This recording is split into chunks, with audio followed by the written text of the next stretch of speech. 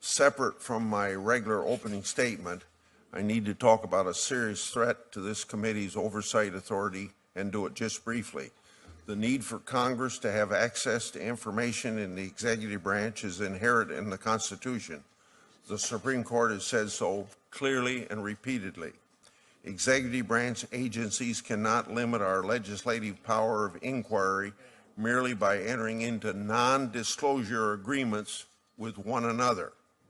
But that's exactly what the FBI has tried to do. Yesterday, I sent a pair of letters to the Office of Special Counsel and the FBI about the most recent example. Non-disclosure agreements are essentially gag orders, plain and simple. They thwart transparency, accountability, and seek to obstruct congressional oversight. The Office of Special Counsel, OSC for short, is a permanent independent watchdog agency, not a temporary prosecutor appointed by the Justice Department like Mr. Mueller. Following complaints from Congress, the Office of Special Counsel opened an investigation of former Director Comey. By law, one of the Office of Special Counsel's jobs is to enforce the Hatch Act. The Hatch Act makes it illegal for government officials to engage in political activity. So the Office of Special Counsel began trying to gather evidence to find out whether Comey had a political motive for his actions. But there was one problem. The FBI refused to cooperate voluntarily.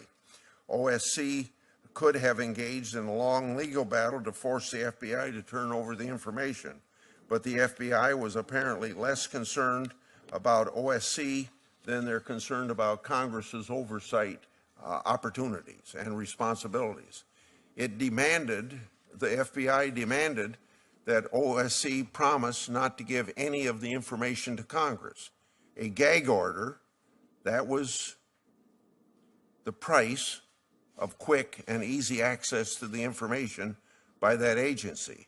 So OSC took the deal. But the documents and interview transcripts are vital to this committee's oversight of the FBI. We managed to obtain 2 heavily redacted witness interviews. They show that Mr. Comey had made up his mind and started drafting his controversial announcements months before the Clinton investigation was over. But we were not consulted or even informed of the FBI's insistence that OSC agree to a gag order until after the fact. According to OSC, the FBI has never asked for such a gag order before. Neither has any other agency. Why now? Why was the FBI so focused on keeping Congress in the dark? Why is it so afraid of shining the light of day on the controversial decisions Mr. Comey made in the months before he was fired? This isn't the first time the FBI has tried this trick. It also reportedly made all the agents working on the Clinton investigation agreement agree to a special gag orders. But the executive branch cannot avoid constitutional oversight by assigning agreements. This committee has oversight authority over the Department of Justice and the FBI. If there's any whiff of inappropriate partisan or political influence in these institutions under any administration or any party, this committee has a duty to get to the bottom of it. That is exactly what we will do. I expect full, complete, and timely answers to my letters. This committee needs to see the full witness interview and all the documents, including drafts and internal FBI memos about Comey's decision to make that controversial statement last summer, and I will do everything in my power to make sure that we do. Do you have anything you want to say on that subject? Because you can have whatever time you want. Well, thank you very much, Mr. Chairman, and I'm in agreement with the general thrust of your statement. I have found that it should also apply with the sharing of intelligence with this committee, and I have sent a letter to Senator Burr. As a member of the Intelligence Committee, I have been privy to certain pieces of intelligence, as would Senator Cornyn be privy to that. it seemed to me that when I saw it, it was relevant to this committee's oversight, and yet this committee cannot receive it. So I have sent a letter which documents our rules, and hopefully the Intelligence Committee will be responsive, and that matters that involve our oversight, which, as we've discussed in the investigation, there's clear oversight of the Justice Department, and therefore matters of obstruction of justice are within the jurisdiction of this committee. And so hopefully we will be able to obtain that. I just haven't had a chance to tell you that, but I did it. Thank you. An opportunity to correct a number of the things that members of the committee had said about me, which they seemed to take in, and I think this was productive. I expressed my view that I am aware of no evidence whatsoever of collusion by the Russian state or anyone in the Trump campaign or anyone associated with Donald Trump, and I reiterated my view that, in my opinion, Donald Trump has the potential to be both a truly great and transformative president. I'd be happy to take your questions. Yes, sir.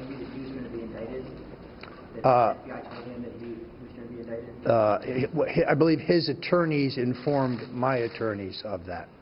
Are you aware of any other type of potential legal action in that realm aside from Mr. Manafort? I am not. Have you been contacted in any way, or assume that you might have some potential legal action? I have not. I have never heard from Mr. Mueller's office, from the FBI, and I only had an initial contact from the Senate Intelligence Committee asking us to preserve records. Just on the Manafort, his attorneys have told your attorneys that he expects to be indicted. Have they given any indication of when? No, they didn't seem to know. They seem to know neither when nor what the charge may be. And just what happened in there, how much of the questioning focused on your discussions through an intermediary with Mr. Assange, as well as this discussion over Twitter with Guccifer? A fair amount. A substantial amount. And was it mostly from Democrats who were asking those questions, Republicans? Democrats. And did you have any other communication with Guccifer too beyond? None whatsoever, and I had made that public yesterday. We released the entire exchange, which takes place, I believe, between August 15th and September 9th, many weeks after the publication by WikiLeaks of the DNC material, meaning collusion with Guccifer in the hacking and release of that material would be impossible unless I owned a time machine, which I do not. Is it still your view that Russians had nothing to do with the hacks of either the DNC or Mr. Podesta? That is my belief. I subscribe to the view published in The Nation magazine several weeks ago that the computer science seems to indicate an inside job. So I don't know whether the DNC was hacked. I don't know whether at all. I don't know that it was hacked by Russians. And now, on the basis of this report, I tend to believe that it was an inside job, meaning the data was downloaded to, say, a thumb drive and spirited out of the building. I would point out that Craig Murray, who is a British diplomat, has said, for the record, that he received information from the DNC on a thumb drive and passed it to WikiLeaks. You and the President still communicate. Have you said anything to him about what you plan to say here today? Have you spoken with him at all about this testimony? I have not. I'm not even sure that he is aware that I was testifying today, although he may have read it in today's Washington Post. Are you speaking to the Senate committee? We have no information on that. There is no current schedule to do so. I would certainly be willing to do so on a voluntary basis. I would require no immunity. I would welcome the opportunity. Without having to go into all the names and the specific times and to be able to dip into all that, have there been news accounts about the Russia investigation, about collusion, about this whole event, or accusations that, as you read the story, you were stunned about how wrong they got the facts? Yes, there have been many, many stories purportedly based on classified information about well, about lots of stuff, but especially about Russia, that are just dead wrong. I was interested in your comment that you made as well, that the president said to you, if there were some satellite associates of his that did something wrong, it would be good to find that out. That the president seemed to talk to you specifically on March the 30th and say, I'm frustrated that the word is not getting out that I'm not under investigation, but if there are people that are in my circle that are, let's finish the investigation. Is that how you took it as well? Yes, sir. Yes. And then you made a comment earlier about the Attorney General, previous Attorney General, asking you about the investigation on the Clinton emails, saying that you've been asked not to call it an investigation anymore, but to call it a matter. And you had said that confused you. Can you give us additional details on that? Well, it concerned me because we were at the point where we had refused to confirm the existence, as we typically do, of an investigation for months. And it was getting to a place where that looked silly because the campaigns were talking about interacting with the FBI in the course of our work. The Clinton campaign at the time was using all kinds of euphemisms, security review, matters, things like that for what was going on. We were getting to a place where the Attorney General and I were both going to have to testify and talk publicly about it. And I wanted to know, was she going to authorize us to confirm we had an investigation? And she said, yes, but don't call it that, call it a matter. And I said, why would I do that?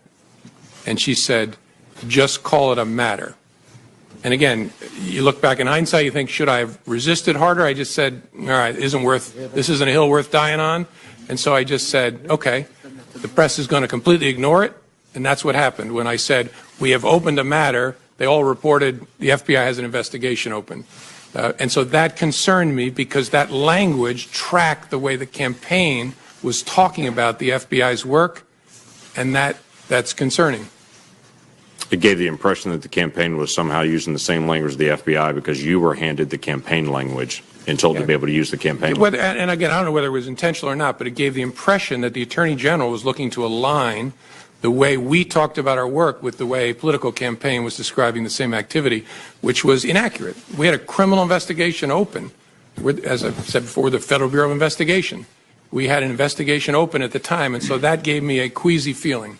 Thank you. To understand the intrusion by the spring of 2016. Let me go back, if I can, very briefly, to the decision to publicly go out with your results on the email. Was your decision influenced by the Attorney General's tarmac meeting with the former President Bill Clinton? Yes, in a ultimately conclusive way. That was the thing that capped it for me, that I had to do something separately to protect the credibility of the investigation, which meant both the FBI and the Justice Department. Were there other things that contributed to that you can describe in an open session? There were other things that contributed to that. One significant item I can't. I know the committee's been briefed on. There's been some public accounts of it which are nonsense, but I understand the committee's been briefed on the classified facts. Probably the only other consideration that I guess I can talk about in an open setting is that at one point the Attorney General had directed me not to call it an investigation, but instead to call it a matter, which confused me and concerned me. But that was one of the bricks in the load that led me to conclude I have to step away from the department if we're to close this case credibly. I've lived my whole life caring about the credibility and the integrity of the criminal justice process, that the American people believe it to be and that it be in fact fair, independent, and honest. And so what I struggled with in the spring of last year was, how do we credibly complete the investigation of Hillary Clinton's emails if we conclude there's no case there? The normal way to do it would be to have the Department of Justice announce it. And I struggled as we got closer to the end of it.